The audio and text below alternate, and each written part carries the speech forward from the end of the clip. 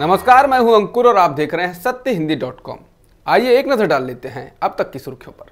पैगंबर साहब पर आपत्तिजनक टिप्पणी को लेकर देश में नहीं विदेश में भी प्रदर्शन हो रहे हैं। इस मामले में शुक्रवार को बांग्लादेश की राजधानी ढाका समेत बांग्लादेश के अलग अलग जगहों अलग अलग जिलों में प्रदर्शन हुआ है। Dhaka north traffic inspector Abdus सलाम ने कहा कि सावर में प्रदर्शनकारियों के एक समूह ने जुम्मे की नमाज के बाद बस स्टैंड इलाके में राजमार्ग को अवरुद्ध कर दिया।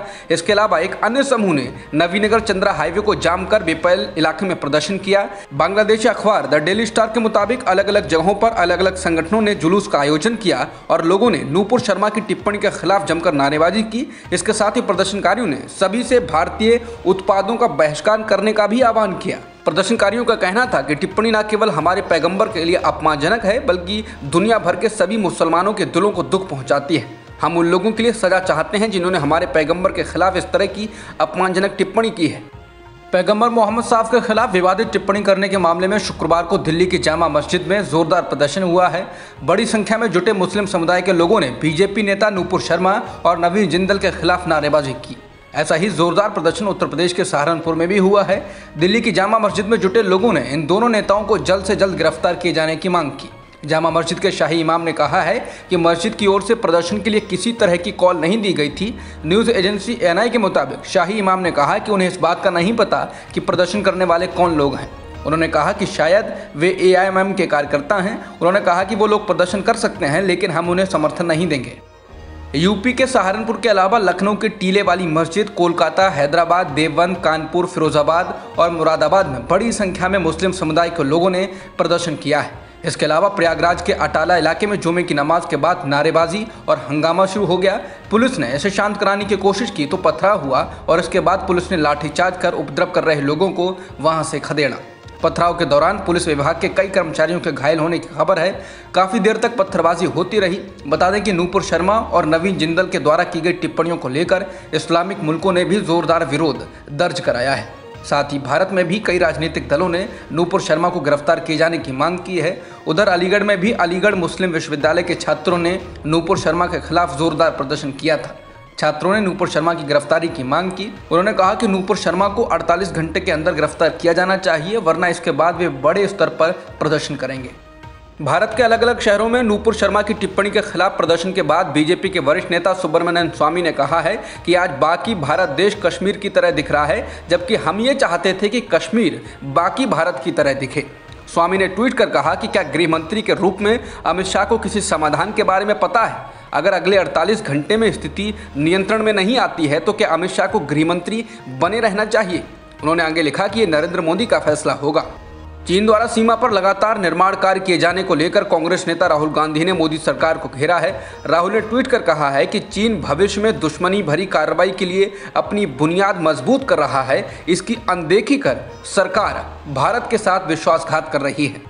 जिस इतिहास को दोबारा लिखने की बात बीजेपी और संघ से जुड़े लोग या इनके समर्थक समय समय पर करते रहे हैं, उसको अब गृह मंत्री अमित शाह ने ही खुले मंच से कह दिया है। गृह मंत्री अमित शाह शुक्रवार को डॉक्टर ओमेंद्र रत्नू की पुस्तक महाराणा सहस्त्र वर्षों का धर्मयुद्ध के विमोचन के अवसर पर बोल रहे थे। अमित शाह ने कहा कि इतिहास सरकारों द्वारा नहीं रचा जा सकता है। उन्होंने समाज से इतिहास को उसके वास्तविक रूप में पेश करने की पहल करने का आग्रह किया।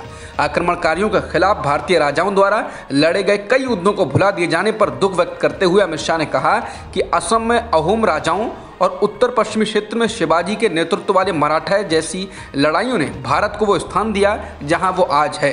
गृह मंत्री ने कहा, ये एक तथ्य है कि कुछ लोगों ने इतिहास को विकृत कर दिया है। उन्होंने जो कुछ भी चाहा उन्होंने लिखा, तो हमें कौन रोक सकता है? हमें कोई नहीं रोक सकता। इतिहास सरकारों द्वारा नहीं रचा जाता बल्कि ये सच्ची घटनाओं पर रचा जाता है। राज्यसभा की 16 सीटों के लिए आज मतदान हो रहा है। महाराष्ट्र में 6 सीटों पर, कर्नाटक और राजस्थान में 4-4 सीटों पर, हरियाणा में 2 सीटों पर विधायक वोट डाल रहे हैं। आज ही चुनाव के नतीजे घोषित कर दिए जाएंगे। इससे पहले 41 नेताओं का निर्विरोध निर्वाचन हो गया था।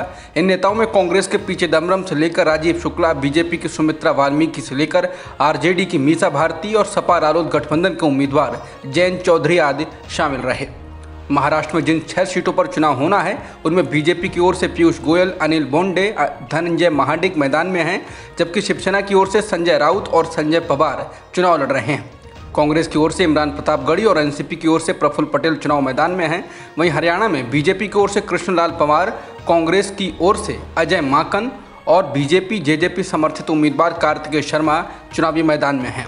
राजस्थान में कांग्रेस नेता मुकुल वासनिक, रणदीप सुरजेवाला और प्रमोद तिवारी चुनाव लड़ रहे हैं, जबकि बीजेपी की ओर से घनश्याम तिवारी और बीजेपी समर्थित सुभाष चंद्रा चुनावी मैदान में हैं।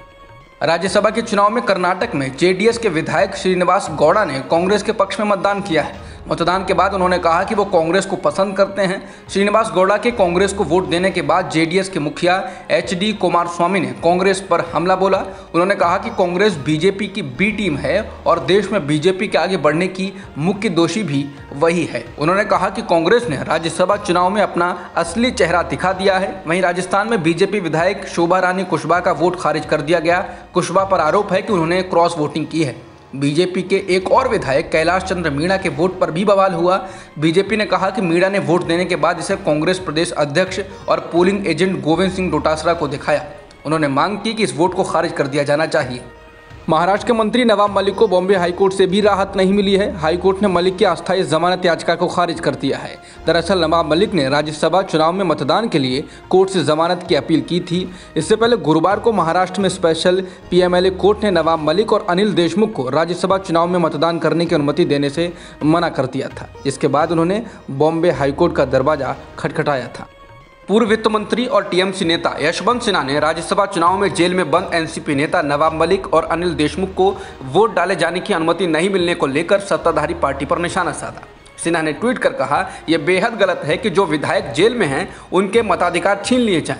ऐसे में तो सत्ताधारी पार्टी जीतने के लिए जितने भी विधायकों की जरूरत हो उतनों को गिरफ्तार कर सकती है। उन्होंने कहा कि पहले ऐसे नहीं हुआ करता था। मुझे ऐसे कई मामलों के बारे में पता है जिसमें लोगों ने जेल से आकर वोट दिया। महाराष्ट्र में एआईएमआईएम के 2 विधायकों ने महाविकास अघाड़ी को समर्थन देने का ऐलान किया है। महाराष्ट्र के औरंगाबाद से एआईएमआईएम के सांसद इम्तियाज जलील ने ट्वीट कर कहा कि उनकी पार्टी के दोनों विधायक कांग्रेस के उम्मीदवार इमरान प्रतापगढ़ी के पक्ष में वोट करेंगे। जलील ने ट्वीट कर कहा कि महाराष्ट्र में हमारे 2 विधायकों को राज्यसभा सीट के लिए कांग्रेस उम्मीदवार प्रतापगढ़ी के लिए वोट करने के लिए कहा गया है। उन्होंने कहा कि भाजपा को हराने के लिए हमारी पार्टी ने इनका समर्थन किया है। हालांकि इसके साथ ही उन्होंने कहा कि उनके शिवसेना के साथ राजनीतिक और वैचारिक मतभेद जारी रहेंगे। वहीं शिवसेना के सांसद संजय राउत ने कहा कि राज्यसभा चुनाव में महाविकास अघाड़ी के सभी 4 उम्मीदवार जीत हासिल करेंगे। दिल्ली के मुख्यमंत्री अरविंद केजरीवाल ने सत्येंद्र जैन की एक व्यापक रूप से साझा की गई तस्वीर को रीट्वीट किया है, जिसमें वो बीमार दिख रहे हैं।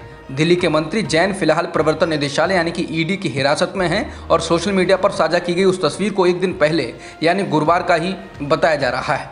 दिल्ली के स्वास्थ्य मंत्री सत्येंद्र जैन की तस्वीर सोशल मीडिया पर व्यापक रूप से वायरल हुई है। आम आदमी पार्टी के नेता उनके समर्थन में टिप्पणियां पोस्ट कर रहे हैं। आपके मीडिया कोऑर्डिनेटर विकास योगी ने उनके समर्थन में ट्वीट कर लिखा है, ये वो इंसान है जिसने मोहल्ला क्लिनिक बनाया है। वायरल फोटो में सत्येंद्र जैन एक कार में दिखाई दे रहे हैं, जिनके चेहरे पर लगता है कि खून जैसी कोई चीज़ लगी है। इस तस्वीर से ये अटकल लगाई जा रही है कि उनके मुंह के पास क्या चोट लगी है। बहरहाल एनडीटीवी की रिपोर्ट के अनुसार केजरीवाल ने कहा कि वो ईडी की हिरासत में हैं और मैं ज़्यादा कुछ नहीं कह सकता क्योंकि हमारा कोई सीधा संपर्क नहीं है। पंजाब पुलिस ने शुक्रवार को कहा है कि पंजाबी गायक सिद्धू मूसेवाला की गोली मारकर हत्या करने वाले 8 शूटरों में से एक को गिरफ्तार कर लिया गया है। एक रिपोर्ट के अनुसार आरोपी बठिंडा निवासी हरकमल रानू के परिवार वालों ने दावा किया है कि उन्होंने ही उसको पुलिस के हवाले किया है। मूसेवाला की हत्या के मामले में यह 10वीं गिरफ्तारी है। हालांकि पहले की गिरफ्तारियां हत्या में शामिल कथित शूटरों की नहीं थीं और उन पर मामले में दूसरे आरोप हैं। अंतिम 2 गिरफ्तारियां सिद्धेश हीरामन कामले उर्फ महाकाल के रूप में पहचाने गए एक गैंगस्टर और एक ऐसे व्यक्ति की थी जो एक प्रशंसक होने का नाटक करता था और उसकी हत्या से पहले मूसेवाला के साथ एक सेल्फी ली थी। पहले के जिन 9 आरोपियों को गिरफ्तार किया गया है उन्हें संदिग्धों को रेकी करने और गायक के हत्यारों को पनाह देने जैसा सहयोग देने के आरोप में गिरफ्तार किया गया है। अब तक की खबरों में इतना ही। बाकी खबरों के लिए बने रहिए सत्यहिंदी.com के साथ।